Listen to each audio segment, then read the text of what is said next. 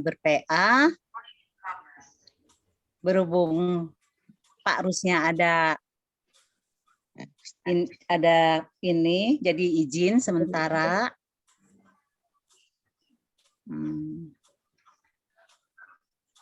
Sore ini kita akan PA. Terima kasih untuk kehadirannya. Sebelum kita memulai, kita berdoa.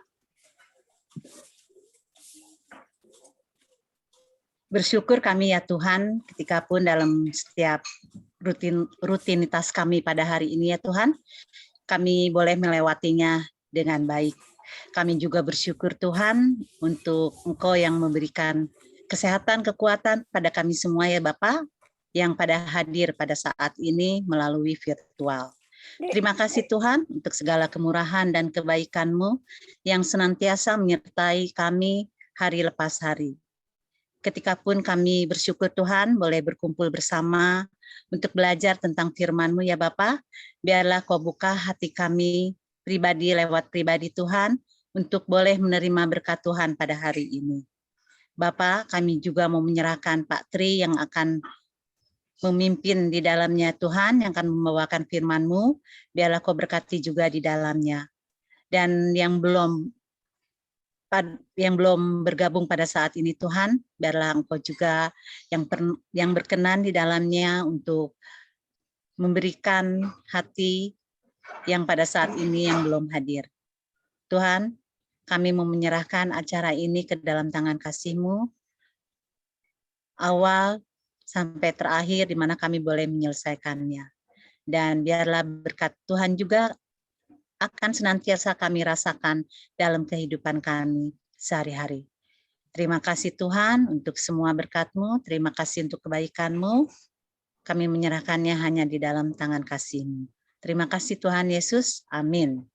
Untuk memulai PA pada hari ini, kita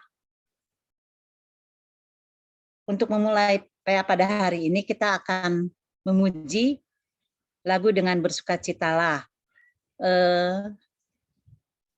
Bentar ya Pak Risat. Temanya pada hari ini, hidup yang menjadi berkat, ayatnya 2 Korintus.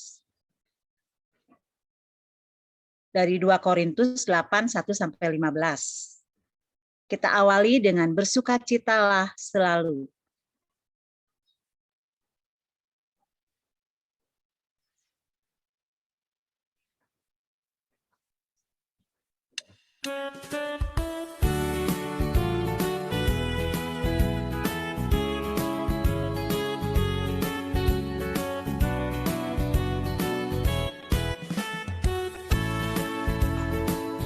Bersukacitalah selalu, tunjukkan wajah gembiramu.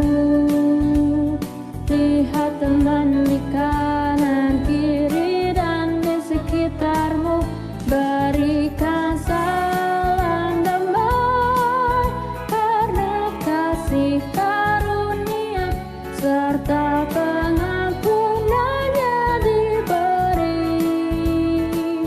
Hiduplah dalam damai seorang dengan yang lain, itu kehendak Tuhan bagimu.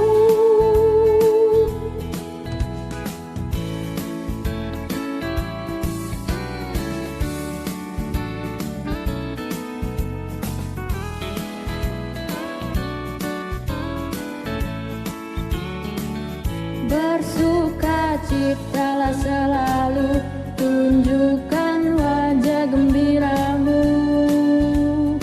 Lihat teman di kanan kiri dan di sekitarmu, berikan salam damai karena kasih karunia serta pengampunannya diberi. Hiduplah dalam damai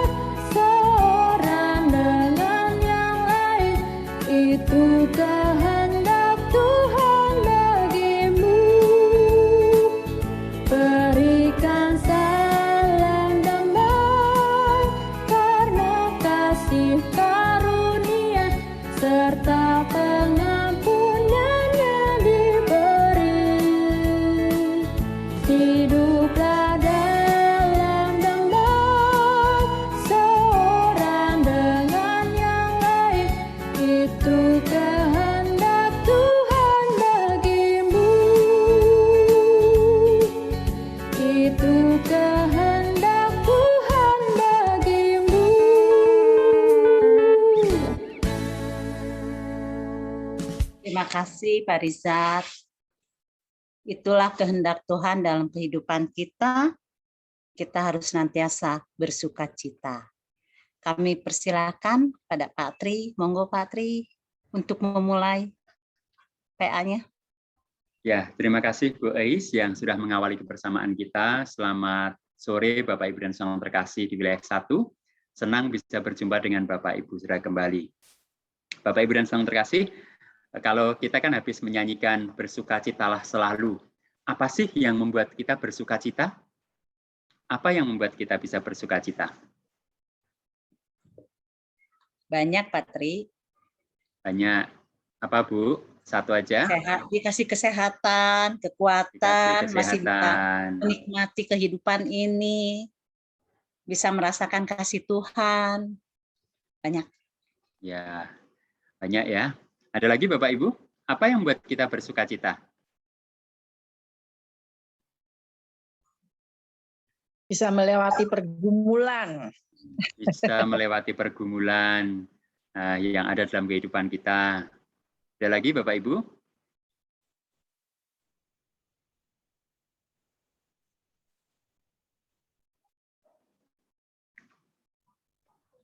Silakan.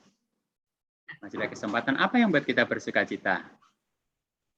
Oh, papa mamanya Marvelino? Ya, ini ada adik kita Marvel. Nah. Apa yang buat kita bersukacita? Berkumpul bersama keluarga. Wah, berkumpul bersama keluarga. Nah, itu sederhana, tapi ternyata menimbulkan sukacita yang luar biasa. Oke, ada lagi Bapak Ibu? Pak Sadarma, Bu Erlina? Masih bisa silaturahmi, Pak. Masih bisa silaturahmi. Oke, terima kasih. Ada lagi Bapak Ibu? Bu Siana? Nggak ada alasan aja, pokoknya bersuka cita aja. Nggak ada alasan. Oke, nggak ada alasan tapi bisa bersuka cita begitu. Bapak Ibu dan saudara terkasih, tema kita sore hari ini itu indah ya, indah, menarik, tetapi tidak selalu mudah untuk dijalani. Hidup yang menjadi berkat. Bapak Ibu dan saudara terkasih, lebih bersuka cita mana? Mendapat berkat atau menjadi berkat? Mendapat berkat atau mendapat berkat? Dua-duanya, Pak. Dua-duanya. Harus pilih satu, Bu.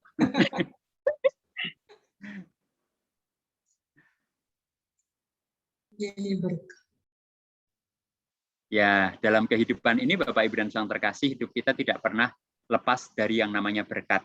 Jadi, bukankah setiap kehidupan yang kita jalani pun sebenarnya kita selalu mengharapkan, berdoa, mendapatkan berkat dari Tuhan. Nah, berkat itu bentuknya macam-macam ya Bapak Ibu ya. Ada kesehatan, ada kekuatan, ketabahan, keberanian, termasuk juga berkat melalui pekerjaan atau apapun. Nah, saat ini kita akan lebih menyoroti hidup yang menjadi berkat. Hidup yang menjadi berkat mengapa perlu ditekankan? Karena tentu sebelum hidup kita ini menjadi berkat, terlebih dahulu kita sudah diberkati. Orang bisa berbagi kebahagiaan karena ia telah merasakan apa itu kesedihan.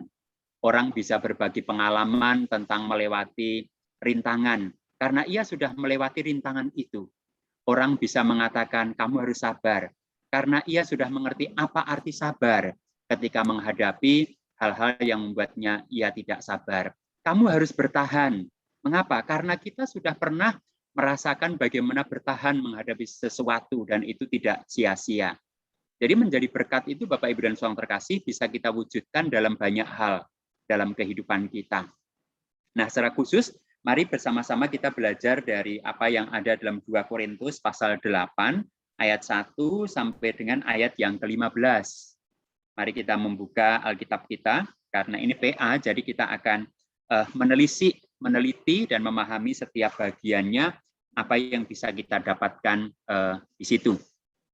Sudah siap Bapak Ibu dan saudara terkasih? Ya.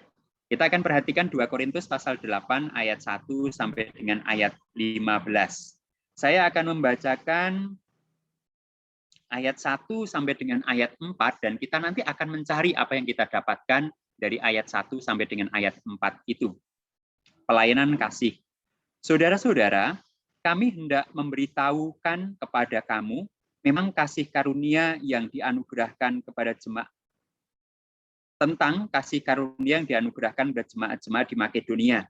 Selagi dicobai dengan berat dalam berbagai penderitaan, sukacita mereka meluap, dan mereka pun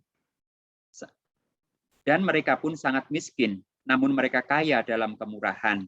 Aku bersaksi bahwa mereka telah memberikan menurut kemampuan mereka, bahkan melampaui kemampuan mereka. Dengan kerelaan sendiri mereka meminta dan mendesak kepada kami supaya mereka juga beroleh kasih karunia untuk mengambil bagian dalam pelayanan kepada orang-orang kudus. Bapak Ibu dan Saudara terkasih, dari pasal 8 ayat 1 sampai dengan 4 ini berbicara tentang jemaat di Makedonia. Jemaat Makedonia yang seperti apa? Jemaat Makedonia yang seperti apa? Perhatikan ayat yang kedua. Selagi dicobai dengan berat dalam berbagai penderitaan, sukacita mereka meluap dan mereka pun sangat miskin. Namun mereka kaya dalam kemurahan. Ternyata jemaat Makedonia ini miskin, mengalami penderitaan, tetapi mereka mengalami yang namanya kesukacitaan. Mengapa mereka mengalami kesukacitaan? Karena dalam keterbatasan mereka, dalam kecingkrangan mereka, bahasa Jawa itu kecingkrangan, yaitu lebih daripada kurang begitu. Mereka justru kaya dalam kasih, dalam kemurahan, dalam memberi. Bapak Ibu dan Saudara terkasih, pernah punya kisah dalam hidup ini, dalam keterbatasan, tetapi kita bisa berbagi dengan orang lain? Pernah? Ada yang pernah punya kisah? Silahkan, bisa dibagikan. Kita sendiri butuh nih, begitu. Tapi ternyata kita harus memberikan sesuatu atau berbagi kepada seseorang yang ternyata memang itu lebih membutuhkan. Ada yang pernah punya pengalaman seperti itu? Pernah Pak Tri. Nah, bisa dibagikan Bu Esther? Silakan. Kebetulan beberapa waktu yang lalu, tahun yang lalu, saya punya tetangga, mereka akan melahirkan, Pak. Dan mereka sama sekali tidak punya uang karena melahirkannya ternyata terjadi permasalahan, sehingga membutuhkan dana yang cukup besar. Kemudian dia mengatakan, suaminya kepada saya tidak bisa berbuat apa-apa, saya itu punya gelang, Pak. Dan gelang itu saya suruh gadaikan. Jadi orang itu menggadaikan gelang saya tanpa saya berpikir bahwa kapan gelang itu akan dikembalikan. Dan puji Tuhan, tanpa saya minta, beberapa saat kemudian mereka akhirnya mengembalikan gelang saya. Dan itu sukacita tersendiri karena memang saya nggak punya apa-apa untuk membantu, punyanya gelang, ya udah gelang yang digadaikan begitu. Terima kasih. Seandainya gelangnya nggak kembali gimana, Bu? Puji Tuhan kalau gelang nggak kembali, suami saya nanti akan membelikan saya gelang, Pak. Gitu. Iya, Bapak Ibu, itu kan apa ya? Ketika kita bisa menolong orang dalam keterbatasan itu kan memang rasanya itu lebih apa ya? Lebih bermakna begitu ya. Nah, perhatikan Bapak Ibu dan Saudara terkasih, jemaat Makedonia itu miskin secara ekonomi, juga mengalami penganiayaan karena dianiaya oleh orang-orang Romawi dan juga orang-orang Yahudi. Tetapi dalam kemiskinan dan dalam penderitaan mereka, mereka itu justru bersedia bahkan memaksa Rasul Paulus untuk menerima bantuan mereka. Bantuan untuk siapa? Bantuan untuk jemaat di Yerusalem yang pada waktu itu mengalami permasalahan ekonomi. Jadi jemaat di Yerusalem itu karena dianiaya, kemudian orang-orang tersebar ke berbagai daerah, dan kemudian di jemaat di Yerusalem itu mengalami kekurangan yang sangat-sangat luar biasa. Oleh karena itu jemaat-jemaat di berbagai kota mengumpulkan persembahan untuk membantu jemaat di Yerusalem. Nah, yang dijadikan contoh oleh Rasul Paulus dalam bacaan kita di ayat 1, pasal 8 ayat 1 sampai dengan 4 itu pertama adalah jemaat Makedonia. Nah, jemaat Makedonia bukanlah jemaat yang berkelebihan, tetapi jemaat yang miskin. Tetapi perhatikan, selagi dicobai dengan berat, dalam berbagai penderitaan, sukacita mereka meluap, dan meskipun mereka sangat miskin, namun mereka kaya dalam kemurahan. Ini namanya paradok, Bapak Ibu dan Saudara terkasih. Mereka dicobai dalam berbagai penderitaan yang luar biasa, mereka sangat miskin, tetapi mereka sangat kaya dalam kemurahan. Jadi perhatikan Bapak Ibu dan Saudara terkasih, dalam bagian ini kita mendapatkan orang yang bisa berbagi bukan orang yang selalu cukup atau berkelebihan, bahkan orang yang berkekurangan pun bisa berbagi, bisa menolong. Nah, oleh karena itu sebenarnya berbagi atau menolong itu kan masalah hati dan kemauan. Yang pertama-tama bukan masalah kemampuan, tapi masalah kemauan dan masalah hati. Nah, orang-orang kan seringkali berpikir kita sendiri butuh kok mikir orang lain, begitu. Tapi perhatikan, dan tadi kalau kita dapatkan apa yang membuat kita bersukacita, bagi jemaat Makedonia yang buat sukacita mereka melimpah adalah bahwa dalam keterbatasan dan kekurangan mereka, dalam penderitaan dan kemiskinan mereka, mereka boleh ikut ambil bagian untuk meringankan beban orang lain. Ini kan sesuatu yang sangat ironis ya. Orangnya sendiri mengalami penderitaan dan kemiskinan, tetapi sempat-sempatnya mikir dan kemudian mengumpulkan bantuan untuk orang lain. Nah, ini kan sesuatu yang bisa menginspirasi. Bagaimanakah bahwa ketika ada kemauan untuk berbagi, maka di situ kekurangan itu tidak membatasi. Tetapi yang jelas adalah ada sebuah kemauan begitu. Nah, oleh karena itu ayat 4 itu dikatakan demikian. Dengan kerelaan sendiri mereka meminta dan mendesak. Perhatikan, mereka meminta dan mendesak Rasul Paulus ya kepada kami supaya mereka juga beroleh kasih karunia untuk mengambil bagian dalam pelayanan kepada orang-orang kudus.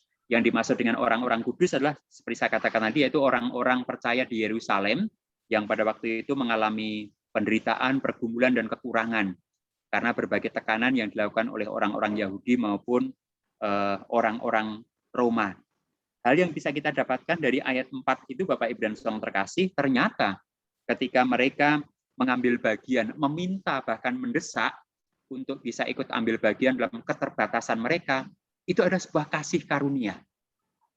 Jadi kalau mereka bisa berbagi dan memberi dalam keterbatasan mereka, itu adalah sebuah kasih karunia. Siapa saya, kok saya dipakai Tuhan untuk melakukan hal ini? Begitu. Siapa saya, kok Tuhan memberi kesempatan saya untuk ikut ambil bagian meringankan beban orang lain, padahal saya sendiri hidupnya berbeban. Nah, itu kan melampaui sesuatu yang sifatnya umum. Nah, ini kita menemukan kata-kata yang penting.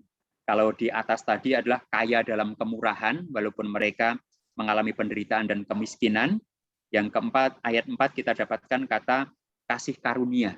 Mendapatkan kasih karunia untuk membantu dalam keterbatasan dan juga dalam penderitaan mereka. Nah, itu kan luar biasa. Ternyata itu adalah sebuah kasih karunia ketika kita bisa mendapatkan bagian untuk ikut ambil bagian menolong orang lain. Nah, ini tentu sesuatu yang menyadarkan kita bahwa ketika kita diberi kesempatan untuk ikut ambil bagian. Nah, kadang-kadang kan pernah nggak Bapak Ibu dan Saudara terkasih, kita di kontak seseorang, bagaimana mau nggak ikut ambil bagian untuk menolong teman ini dengan menyisihkan ini begitu. Apa yang Bapak Ibu sudah lakukan ketika mendapatkan kabar seperti itu? Ini ada teman kita nih, misalnya satu angkatan atau ada jemaat wilayah yang mengalami ini, bagaimana kalau kita mengumpulkan ini masing-masing mendapatkan bagian. Apa yang Bapak Ibu sudah lakukan? Sikap apa yang pertama kali Bapak Ibu tunjukkan? Pernah mendapatkan undangan atau himbauan seperti itu?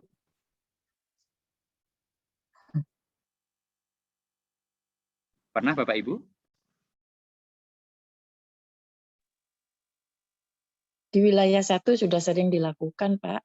Nah, Iya Bu, sudah sering dilakukan. Cuman ketika kita mendapat WA, mendapat telepon seperti itu, sikap apa yang kita rasakan atau kita tunjukkan pertama kali? Senang? Atau kemudian ya ngumpulkan lagi atau apa? Kalau jemaat di Makedonia itu mengatakan sebuah kasih karunia dari Tuhan kalau aku yang miskin dan menderita ini mendapatkan kesempatan untuk ikut menolong orang lain. Nah, ini kan sesuatu yang tidak mudah ya untuk dipahami, tetapi menjadi sangat indah ketika itu dijalani. Itu merupakan sebuah kasih karunia. Jadi selalu siapa saya sehingga Tuhan memakai saya untuk meringankan beban orang lain. Saya pernah membaca sebuah kisah di buku Chicken Soup ya. Nah, di Chicken Soup itu berisi kisah-kisah inspiratif dari orang-orang yang mengalami pergumulan begitu. Ada seorang ibu yang miskin karena dia punya 4 orang anak, suaminya sudah nggak ada, dan ia tinggal dengan 4 anaknya dan juga dengan orang tuanya, jadi nenek dari anak-anaknya.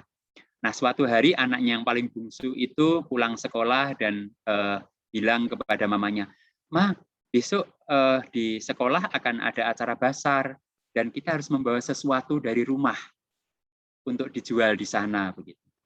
Nah, sang ibu ini kemudian mengatakan, apalagi yang bisa dibawa dari rumah ini anakku untuk dijual, untuk makan saja kita sudah kesusahan. Nah, kemudian sang nenek ini memanggil ibu ini dan mengatakan sesuatu yang walaupun saya membacanya sudah lama, tapi saya masih ingat gitu. Janganlah menanamkan jiwa kemiskinan dalam anakmu selagi ia kecil. Mari kita mencari apa yang bisa kita buat agar anakmu besok bisa membawa sesuatu ke sekolah dan dia juga merasa kaya seperti teman-temannya. Nah, kemudian sang nenek ini kemudian mengajak anaknya, sang ibu ini ke kebun, memetik beberapa buah begitu, kemudian dipotong-potong dan dijadikan kayak manisan begitu. Dimasukkan ke toples, jadikan manisan, dan kemudian pagi harinya sang ibu bisa memberikan kepada anaknya, ini anakku, bawalah untuk bisa dijual di pasar di sekolah. Mungkin itu sederhana, tetapi apa yang diungkapkan nenek ini bagi saya sesuatu yang luar biasa. Jangankanlah menanamkan kemiskinan kepada anakmu ketika ia masih kecil, begitu. Tapi biarlah ia selalu bisa berbagi. Nah, ini yang kita dapatkan dalam bacaan kita yang pertama, Bapak Ibu, tentang jemaat Makedonia. Mereka mengalami berbagai penderitaan, dikatakan sangat miskin, tetapi mereka kaya dalam kemurahan. Dan mereka juga menamai kesempatan untuk berbagi itu sebagai kasih karunia. Nah, mari kita perhatikan kemudian ayat yang kelima dan ayat yang ke-6, apa yang kita dapatkan di sana. Mereka memberikan lebih banyak daripada yang kami harapkan. Mereka memberikan diri mereka sendiri, pertama-tama kepada Allah, kemudian oleh karena kehendak Allah juga kepada kami. Nah, perhatikan ayat yang ke-5 ini, Bapak Ibu dan Saudara terkasih, ini adalah puncak dari apa yang terjadi dengan jemaat Makedonia. Mereka memberikan lebih banyak daripada yang ada, yang mereka memberikan lebih banyak daripada yang kami harapkan. Mereka memberikan diri mereka pertama-tama kepada Allah, kemudian oleh karena kehendak Allah juga kepada kami. Jadi ternyata jemaat Makedonia ini dalam prakteknya memberikan lebih daripada yang diharapkan atau melebihi ekspektasi. Wah, ternyata ia memberikan tidak seperti yang kita harapkan, tapi di luar harapan. Nah, saya ingat ketika baru datang di pengadilan itu ada seorang jemaat yang pada waktu saya datang kan proses renovasi gereja baru selesai, Bapak Ibu ya, dan masih mengembalikan hutang-hutang begitu. Nah, ada seorang penatua yang bercerita, pernah kami mencari pinjaman untuk membangun gereja ini, kami harapannya, waduh, datang ke orang ini pasti mendapatkan pinjaman yang lumayan besar lah begitu. Nah, ternyata ketika mereka menyampaikan begitu, ibu ini mengatakan, apakah 500 cukup begitu? Begitu mendengar kata 500, mereka langsung, ya kok cuma segitu, aduh, bagaimana bisa begitu? Jadi mereka sudah ngelokro duluan, sudah menyerah duluan. Dan ternyata ibu itu ketika mengatakan 500 itu, Kalau enggak, saya tambah begitu. Dan kemudian ibu ini mengatakan, kalau tidak cukup 500 juta, nanti saya tambah lagi begitu. Baru kemudian mereka kaget begitu, kaget begitu. Dan itu menimbulkan sebuah kekagetan karena apa? Melebihi ekspektasi. Jadi jemaat Makedonia itu miskin dan menderita, tetapi pemberian mereka melebihi ekspektasi. Karena apa? Mereka bukan hanya memberikan harta, tetapi mereka memberikan diri mereka supaya dipakai menjadi alat bagi Tuhan, bagi jemaat di Yerusalem maupun bagi pelayanan Rasul Paulus. Mungkin kami tidak punya cukup harta, tetapi kami menyediakan diri kami untuk ikut ambil bagian dalam pelayanan. Nah, ini kan menginspirasi Bapak Ibu ya. Ada banyak mungkin saya tidak bisa mengerjakan itu, saya tidak bisa memberikan itu, saya tidak bisa mengerjakan ini, tetapi saya menyediakan diri untuk ikut ambil bagian misalnya. Jadi setiap kita sebenarnya bisa menjadi berkat dengan mengambil atau memberikan sesuatu yang memang bisa kita kerjakan dari hidup dan diri kita. Itu yang kita dapatkan. Ayat 6 sampai dengan ayat 7, Bapak Ibu dan Saudara terkasih, dimulai dengan kata sebab itu kami mendesak kepada Titus. Jadi Rasul Paulus menyuruh Titus untuk datang ke Korintus supaya ia mengunjungi kamu di sini adalah jemaat Korintus ya, dan menyelesaikan pelayanan kasih itu sebagaimana ia telah memulainya.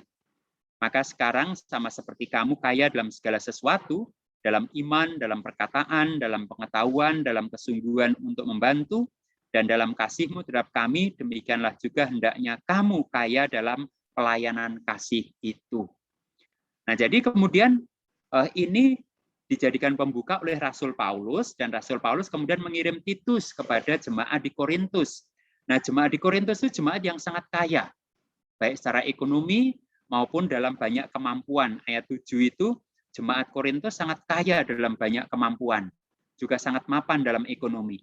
Mereka juga pernah berjanji untuk membantu jemaat di Yerusalem, tetapi sampai hari itu ternyata janji mereka itu belum ditepati. Jadi begitu mendengar jemaat di Yerusalem mengalami permasalahan ekonomi dan segala sesuatunya, jemaat Korintus itu langsung oke, kami ikut ambil bagian untuk membantu. Tetapi dalam perjalanan waktu, ternyata mereka tidak pernah melakukan itu. Jadi mereka punya keinginan menyampaikan, tetapi tidak pernah melakukan. Bapak Ibu dan Saudara terkasih, pernah punya pengalaman pengen melakukan sesuatu yang baik, tetapi tidak terlaksana dalam sebuah tindakan?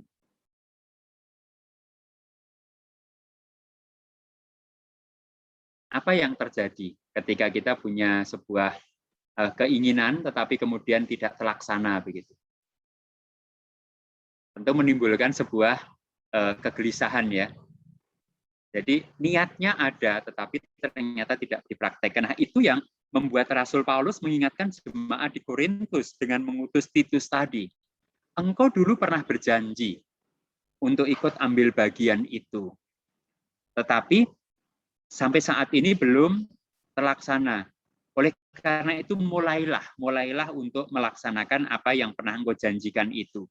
Diawali dengan kata, maka sekarang sama seperti kamu kaya dalam segala sesuatu, dalam iman, dalam perkataan, dalam pengetahuan, dalam kesungguhan untuk membantu, dan dalam kasihmu terhadap kami, demikian juga hendaknya kamu kaya dalam pelayanan kasih. Jadi kita perhatikan Bapak Ibu dan Saudara terkasih, jemaat di Korintus itu kaya, mampu, tetapi ternyata mereka miskin dalam pelaksanaan kasihnya.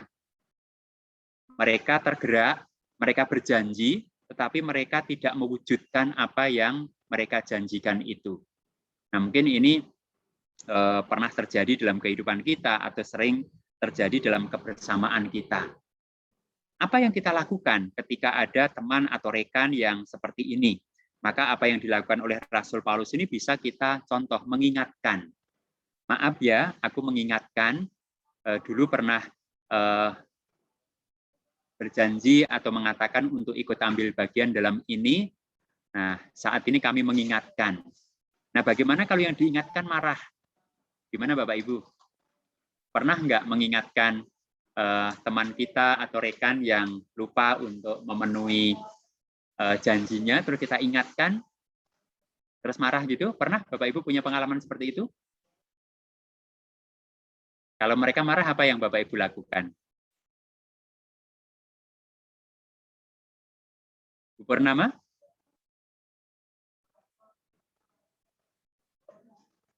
Pernah punya pengalaman, Bu?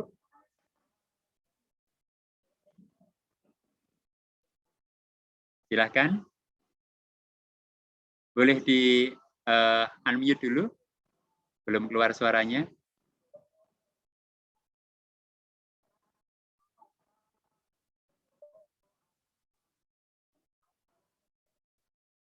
Atau Pak Risat, silahkan.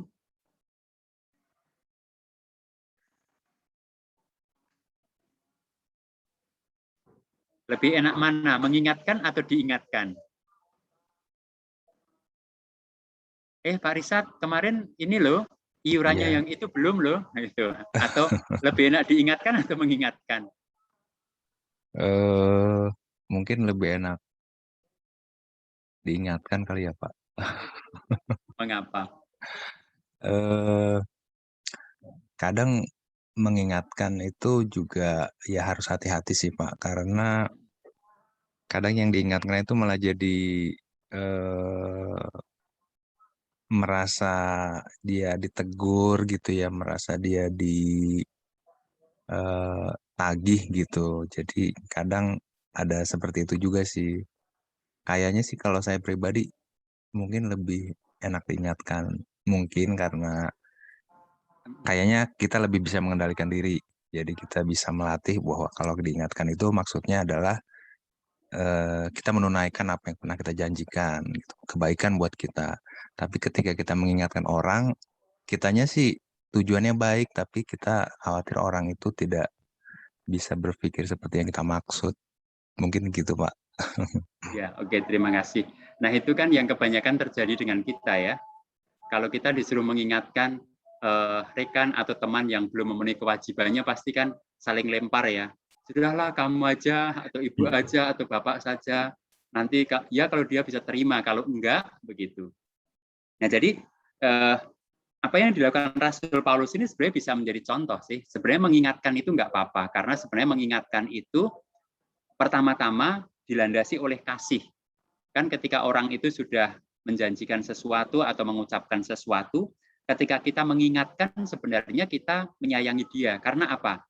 Karena ketika dia menyadari itu dan kemudian dia melakukan apa yang pernah ia janjikan, tentu ketika kita mengingatkan bukan untuk mempermalukan ya, tetapi untuk mengingatkan. Jadi ketika dia bisa menyadari itu dan menerima itu, maka sebenarnya yang berbahagia itu sebenarnya yang bersangkutan. Oh iya ya, saya pernah punya utang. Kok diingatkan, jadi tidak lupa dan kemudian bisa membayar. Nah, cuman ya itu, landasan untuk mengingatkan itu sebenarnya bukan untuk mempermalukan, tetapi seharusnya memang untuk membuat dia menyadari akan sesuatu hal yang pernah diungkapkannya atau dijanjikannya. Nah, itu yang dilakukan Rasul Paulus dengan mengirim Titus kepada jemaat di Korintus. Di bagian akhir dikatakan demikianlah juga hendaknya kamu kaya dalam pelayanan kasih. Nah, ini menjadi sesuatu yang mengingatkan kita ternyata kaya dalam berbagai bentuk yang lain seperti dimiliki oleh jemaat di Korintus itu akan sempurna ketika mereka juga memiliki kekayaan dalam pelayanan kasih. Sehebat apapun orang dengan kemampuannya, itu akan menjadi lebih terlihat ketika mereka memiliki pelayanan kasih. Nah, perhatikan ayat yang ke-8, apa yang dijadikan alasan Rasul Paulus ini sangat indah ya. Aku mengatakan hal ini bukan sebagai perintah, melainkan dengan menunjukkan usaha orang-orang lain untuk membantu. Aku mau menguji keikhlasan kasihmu. Jadi ketika menjadikan jemaat Makedonia sebagai contoh, sebenarnya Rasul Paulus ingin mengatakan ini loh, ada orang yang kondisi hidupnya lebih susah dari kamu, sudah melaksanakan tugasnya. Nah, bagaimana dengan kamu? Begitu. Nah, ketika mereka bisa menerima, maka di situ sebenarnya Rasul Paulus bisa melihat keikhlasan kasih ikhlas. Jadi memberi bukan karena terpaksa, tetapi benar-benar karena ikhlas. Nah, jadi kalau orang itu menjanjikan dengan keikhlasan ketika diingatkan pasti senang. Tetapi kalau memberi itu hanya karena gengsi, hanya karena malu, oh yang itu memberi, mosok saya nggak memberi. Nah, oleh itu kadang-kadang kan ketika ada ada daftar, mari kita mengumpulkan sesuatu untuk ini begitu. Oh dia aja memberi sak gitu, mosok aku memberi sak gini begitu. Ini kan memberi karena gengsi ya, bukan karena ikhlas. Jadi kalau ikhlas itu ya memang hati kita itu mau memberikan berapa, itulah yang kita berikan. Dan ketika ada orang mengatakan, ya maksud dia hanya memberikan sak gitu, ini aja memberikan lebih, itu jangan dijadikan permasalahan. Karena kita memberi dalam keikhlasan, bukan dalam keterpaksaan. Dan keikhlasan itu Bapak Ibu dan Saudara terkasih tentu lebih memiliki nilai ya. Nah, oleh karena itu mari kita perhatikan ayat yang ke-9. Ayat yang ke-9 dikatakan, karena kamu telah mengenal kasih karunia Tuhan kita Yesus Kristus, bahwa Ia yang oleh karena kamu menjadi miskin, sekalipun Ia kaya, supaya kamu menjadi kaya oleh karena kemiskinannya. Jadi kita menjadi orang yang bersedia berbagi kasih itu karena didasari oleh pengenalan kita akan Kristus yang terlebih dahulu mengasihi kita. Karena kamu telah mengenal kasih karunia. Perhatikan kasih karunia ya. Jadi jemaat di Makedonia juga mengatakan adalah sebuah kasih karunia kalau kami dalam kemiskinan dan penderitaan itu bisa membantu orang lain. Nah, jadi karena kita mengenal kasih karunia dalam Kristus, maka kemudian kita juga bisa berbagi kasih itu dalam keikhlasan. Orang yang telah merasakan kasih Kristus adalah orang nanti yang juga bisa berbagi kasih. Nah, itulah yang ditegaskan oleh Rasul Paulus. Nah, bagian terakhir Bapak Ibu dan Saudara terkasih, kalau kita baca dari ayat 10 sampai dengan ayat 15, kalau ayat 10 itu ditegaskan lagi tentang apa? Tentang ketika orang-orang Korintus itu mau melaksanakan apa yang sudah dijanjikan. Inilah pendapatku tentang hal itu, tentang memenuhi janji yang pernah dijanjikan, yang mungkin berfaedah bagimu. Memang sudah sejak tahun yang lalu kamu mulai melaksanakannya dan mengambil keputusan untuk menyelesaikannya juga. Maka sekarang selesaikan jugalah pelaksanaannya itu, hendaklah pelaksanaannya sepadan dengan kerelaan, dan lakukanlah itu dengan apa yang ada padamu. Ayat 12 diulangi lagi dengan kerelaan. Jadi walaupun kamu jemaat kaya, walaupun kamu mapan, nanti kalau yang terkumpul dari persembahan jemaat Korintus itu tidak lebih banyak dari persembahan jemaat Makedonia, nggak apa-apa, nggak usah malu, nggak usah gengsi. Karena memang itu yang terkumpul dan merupakan kerelaanmu. Jadi kata rela itu nanti diulangi lagi ayat yang ke-12 misalnya. Sebab jika kamu rela untuk memberi, maka pemberianmu akan diterima. Kalau pemberianmu itu berdasarkan apa yang ada padamu, bukan berdasarkan apa yang tidak ada padamu. Jadi ditekankan ketika kita melaksanakan apa yang sudah kita janjikan, jangan karena terpaksa. Jangan karena dengan marah, tetapi dengan kerelaan. Rela itu dengan sebuah kesadaran. Mengapa? Karena ketika kita memberi kepada siapapun dengan kerelaan dan kesadaran, maka itu akan menjadi berkat. Bukan menjadi sesuatu yang menimbulkan permasalahan. Jadi sebenarnya ini mengajari kita tentang kerelaan ya Bapak Ibu ya, tentang memberi dengan rela bukan dengan terpaksa, membantu dengan rela bukan dengan keterpaksaan. Nah, itu akan menjadi berkat bagi yang menerima maupun bagi yang memberi. Bagaimana Bapak Ibu ketika memberi dengan terpaksa? Apa yang Bapak Ibu rasakan?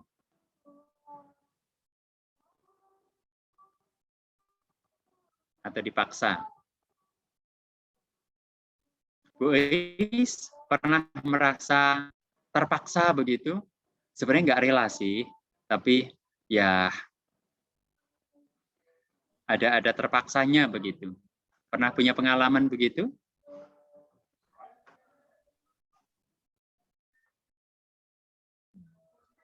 Punya sih Pak. Apa yang Ibu rasakan? Ketika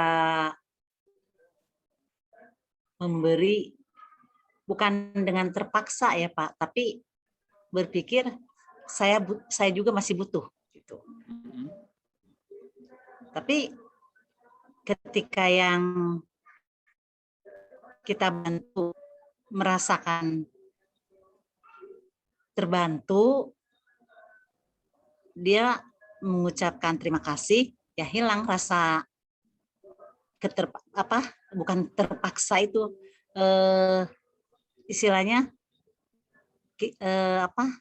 bersyukurlah ketika kita bisa membantu, walaupun awalnya saya juga istilahnya masih butuh gitu. Tapi ketika kita mau membantu dan dia terbantu, ya itu ada sukacitanya juga. Itu aja sih Pak. Jadi bukannya terpaksa ya gitu. Bukannya terpaksa atau dipaksa, tetapi memang ya sebenarnya berat juga sih, tapi ketika dilaksanakan ternyata itu menimbulkan sebuah sukacita begitu ya. Itu pengalaman yang indah ya, Bapak Ibu dan Saudara terkasih. Jadi kerelaan itu menjadi kata kunci dalam sebuah pelayanan kasih, termasuk juga dalam persembahan. Sebenarnya persembahan itu harus didasari oleh keikhlasan dari hati agar itu kemudian bisa menjadi sebuah ungkapan syukur yang sempurna. Bagian terakhir Bapak Ibu dan Saudara terkasih ini kan sering dipakai dalam landasan ayat persembahan ya. Sebab kamu dibebani bukanlah supaya orang-orang lain mendapat keringanan, tetapi supaya ada keseimbangan. Maka hendaklah sekarang ini kelebihan kamu mencukupkan kekurangan mereka, agar kelebihan mereka kemudian mencukupkan kekurangan kamu, supaya ada keseimbangan. Seperti ada tertulis, orang yang mengumpulkan banyak tidak kelebihan, dan orang yang mengumpulkan sedikit tidak kekurangan.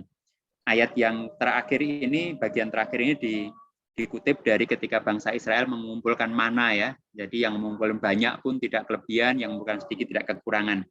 Jadi ada kata kunci dari ayat 13 sampai dengan 15 itu yaitu keseimbangan. Jadi ketika hidup itu menjadi berkat bagi orang lain, itu sebenarnya di situ kita sedang menciptakan keseimbangan dalam kehidupan bersama. Ada orang yang mungkin memiliki berkat lebih banyak, kemudian bisa berbagi dengan orang yang berkatnya sedikit. Ada orang yang memiliki sesuatu yang tidak dipunyai orang lain, kemudian berbagi. Jadi ini kita menemukan kata kunci keseimbangan. Jadi ketika ada kesediaan diri dari orang-orang untuk membuka dirinya dan kemudian berbagi, itu menciptakan sebuah keseimbangan. Yang berduka bisa dihiburkan, yang kemudian merasa letih bisa dikuatkan, yang lemah bisa mendapatkan pengharapan. Jadi ada sebuah keseimbangan. Mengapa? Jadi orang yang tertawa tidak tertawa sendirian, yang menangis sendirian tidak, tetapi kemudian di situ ada sebuah kesempatan untuk berbagi. Sehingga yang tertawa pun bisa merasakan empati dengan yang berduka, tetapi yang berduka pun kemudian bisa mendapatkan kekuatan karena ada orang yang memperhatikan dalam kehidupan ini. Nah, keseimbangan ini penting ya Bapak Ibu, karena tanpa keseimbangan maka yang seringkali terjadilah kesenjangan. Dan kesenjangan itu biasanya menimbulkan apa? Menimbulkan rasa tidak senang. Perhatikan, orang-orang itu seringkali di berbagai tempat terjadi perselisihan, bahkan pertengkaran itu karena adanya kesenjangan. Kesenjangan antara pendatang dan pribumi misalnya. Kesenjangan antara, kalau di Indonesia sering antara Cina dan non-Cina misalnya. Kesenjangan antara ini dan kelompok itu. Nah, bagaimanakah untuk menghilangkan kesenjangan itu agar ada keseimbangan? Ya salah satunya adalah sebenarnya melalui pelayanan kasih.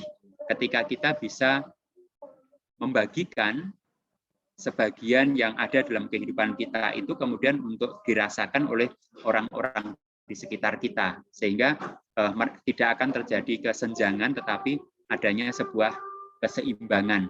Dan keseimbangan itu Bapak Ibu dan Saudara terkasih akan mengembangkan sebuah kehidupan yang berkualitas. Keseimbangan itu akan membuat kesempatan itu lebih terbuka. Nah, jadi keren sekali kalau kita pelajari ayat Alkitab pada saat ini. Ternyata ketika Bapak, Ibu, dan Saudara terkasih melakukan sesuatu untuk orang lain, itu ternyata secara tidak sadar menciptakan keseimbangan.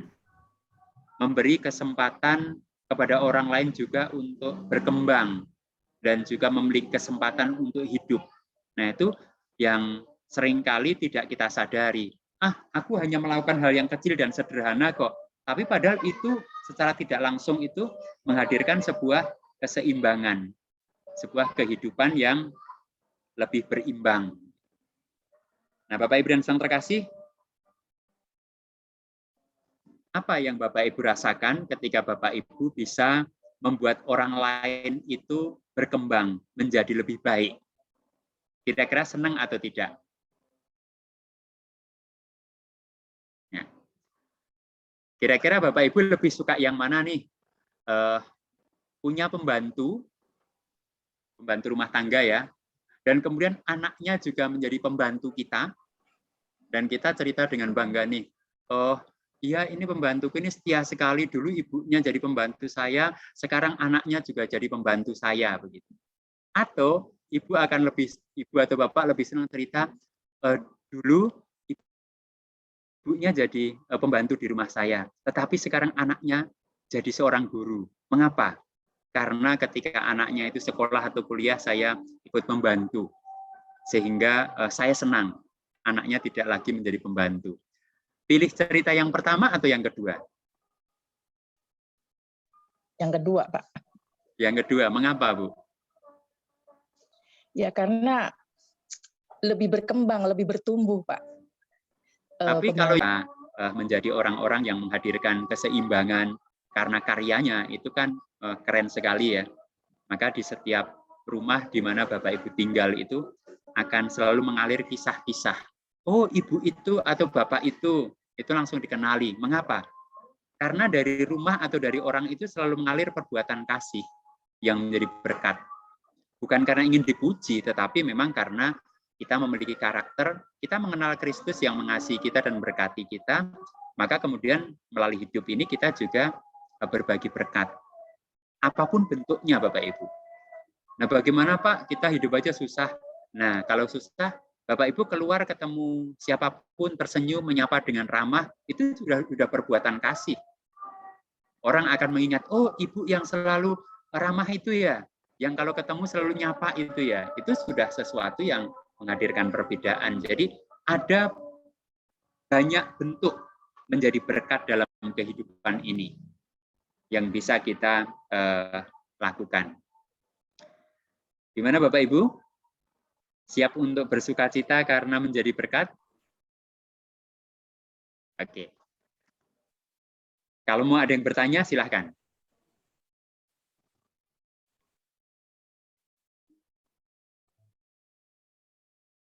Mau sharing pengalaman tentang menjadi dan berbagi berkat dengan sesama? Kalau tadi sudah beberapa, tapi kalau ada yang punya cerita yang lain yang mau dikisahkan, silahkan. Dan itu menjadi sebuah kisah inspiratif. Bu Siana sudah membuka mikrofonnya? Ya. Mau menyampaikan sesuatu, Kak Siana? Silahkan. Enggak dulu. Oh, enggak.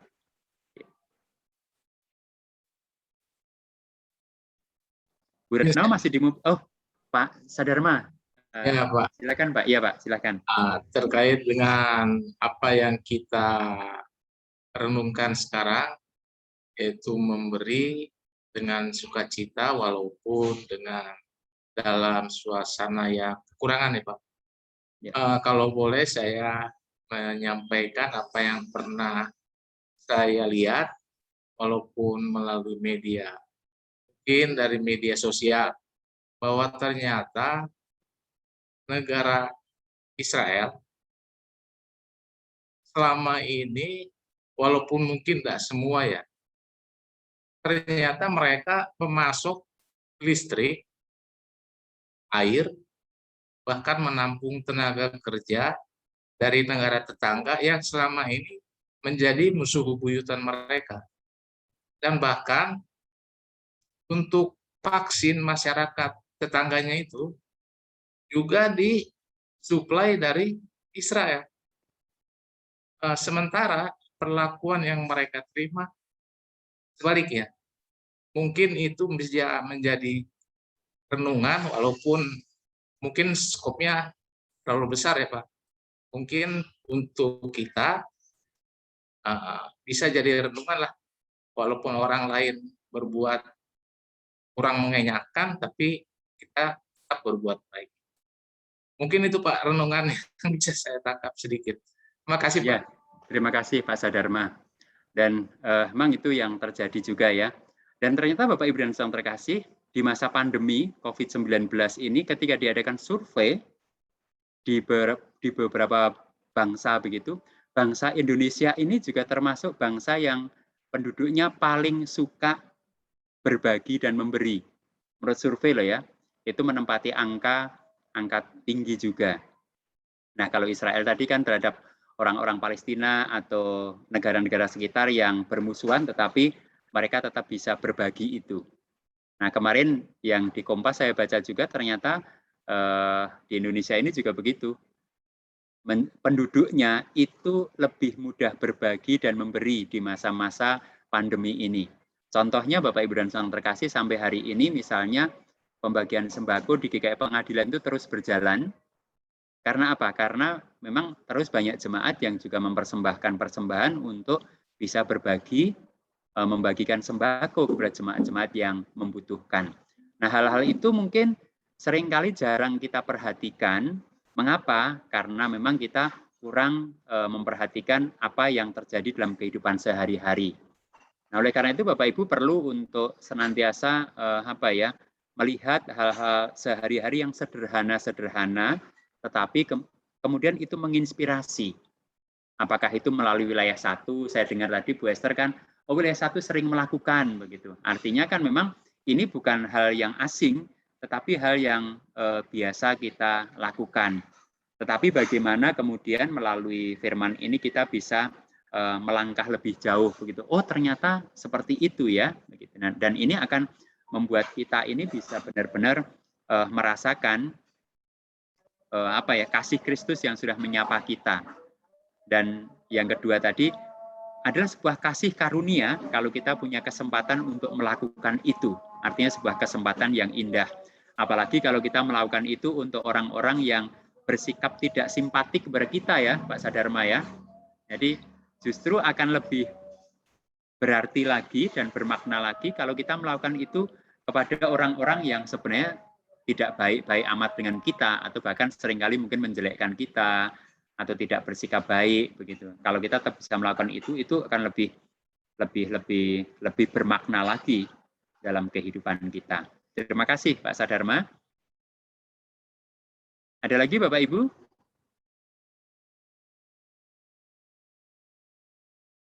Kalau tidak ada, saya pulangkan kembali kepada Bu Ois sebelum kita berdoa. Silakan Bu Ois. Terima kasih Patri untuk PA-nya pada hari ini. Kita diberi berkat dengan firman yang luar biasa. Masih adakah Bapak Ibu mau bertanya lagi? Masih diberi kesempatan? Kalau tidak ada, saya minta tolong Patri untuk doa syafaat dan doa penutup. Mungkin dari Pak Susanto ya Bu Esther ya, untuk pemulihan ya. Betul, Pak Susanto, pemulihan. Oma Lili juga masih sakit, Oma Ice, mungkin kesehatan dari wilayah 1. Itu Pak. Ya. Mungkin ada tambahan dari Bapak Ibu yang mau didoakan? Kita tolong didoakan Anabel mulai PTM, mulai besok, mulai sekolah onsite besok. Ada lagi yang lain?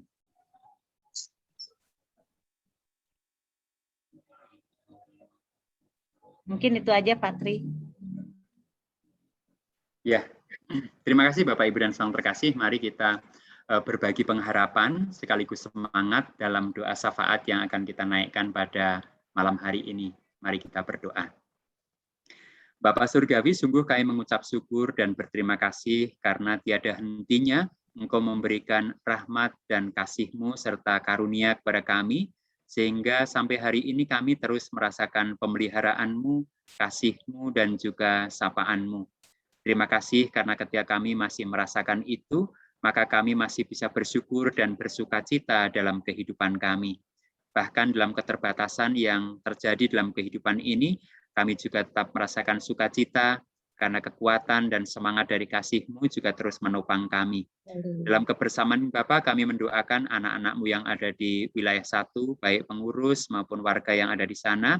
Kiranya anak-anak-Mu di wilayah 1 terus bersinergi dalam pelayanan, dalam kasih, maupun dalam berbagai kegiatan, sehingga melalui anak-anak-Mu di wilayah 1 ini, banyak orang-orang yang tersapa dan merasakan kasih-Mu, serta merasakan sapaan-Mu, melalui setiap hal yang dikerjakan anak-anak-Mu di wilayah 1.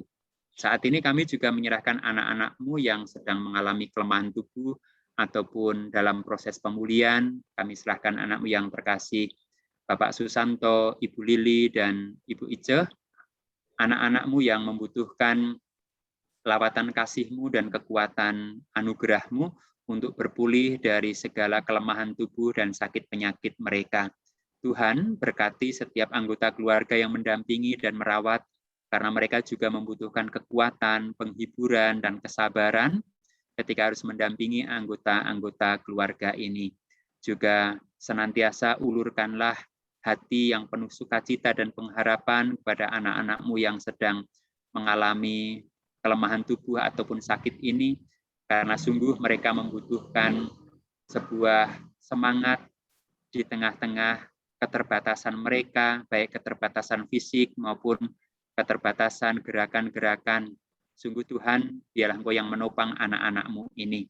Saat ini kami juga menyerahkan anak-anak kami yang akan mulai pembelajaran tatap muka, secara khusus anak-Mu Anabel, putra-putri dari Bapak Sadarma dan Ibu Erlina, dan juga teman-teman yang lain.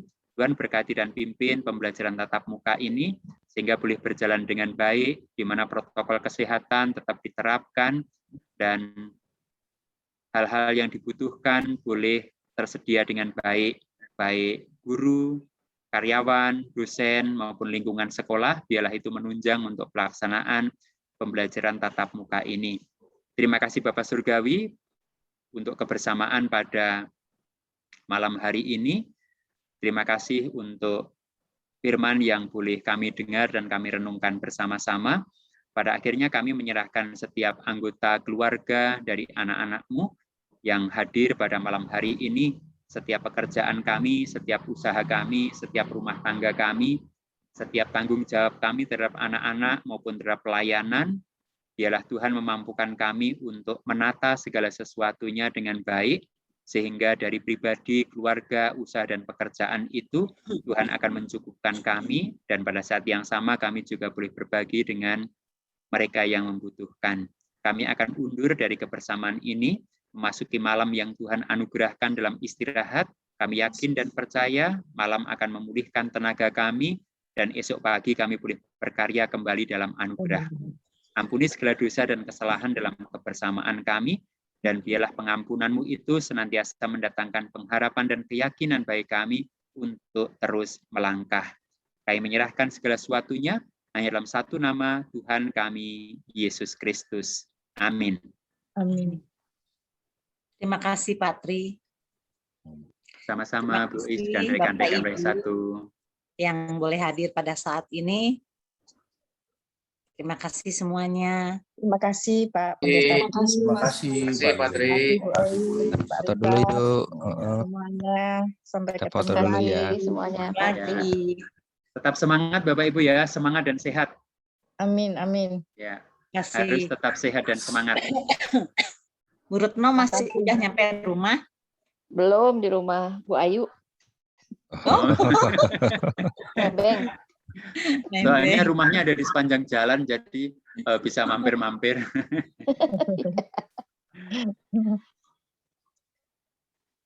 Terima kasih semuanya. Udah Selamat malam fotonya? Bapak Ibu. Ayo Tuhan foto yuk. Kak Lisa dari foto Satu. belum? Sudah. Angkanya 1. Jarinya. Oh iya, bentar ya bilang. Ya 1, 2, 3. Oke. Satu-satu, aku sayang siapa Bapak Ibu?